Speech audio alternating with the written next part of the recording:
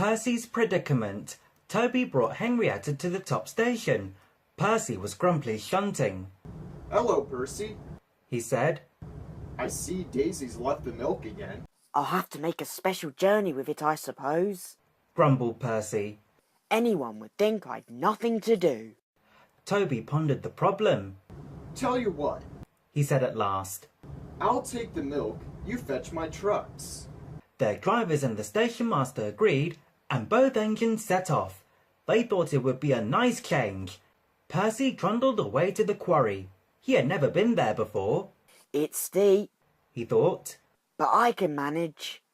Trucks don't dare to play tricks on me now." He marshalled them in a lordly way. "Hurry along there," he said, and bumped them if they dallied. The trucks were annoyed. "This is Toby's place," they grumbled. "Percy's got no right to poke his fun up here and push us around." They whispered and passed the word. "Pay Percy out."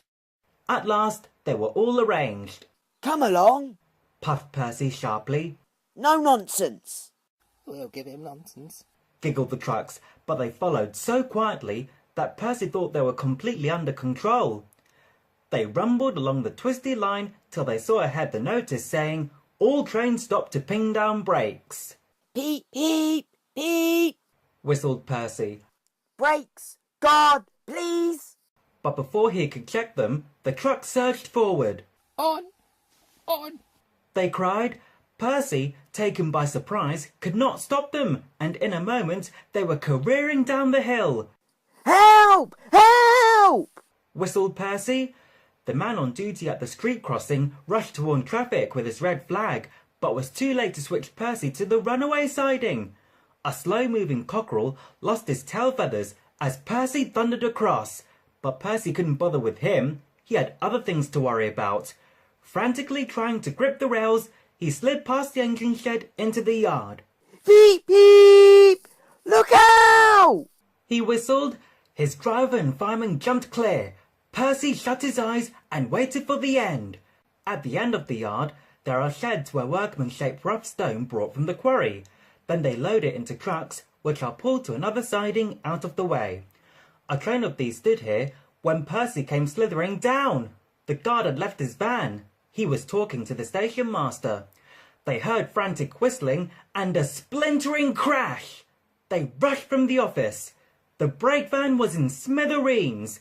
Percy, still whistling fit to burst, was perched on a couple of trucks, while his own trucks were piled up behind him. The Fat Controller arrived next day. Toby and Daisy had helped to remove most of the wreckage, but Percy still stood on his perch. "We must now try," said the Fat Controller crossly, "to run the branch line with Toby and a diesel. You have put us in an awkward predicament." "I'm sorry, sir." "You can stay there," the Fat Controller went on, "till we are ready. Perhaps it will teach you to be careful with trucks." Percy sighed. The trucks wobbled beneath his wheels. He quite understood about awkward predicaments. The Fat Controller spoke severely to Daisy too. "My engines do not tell lies," he said. "They work hard with no shirking. I send lazy engines away." Daisy was ashamed.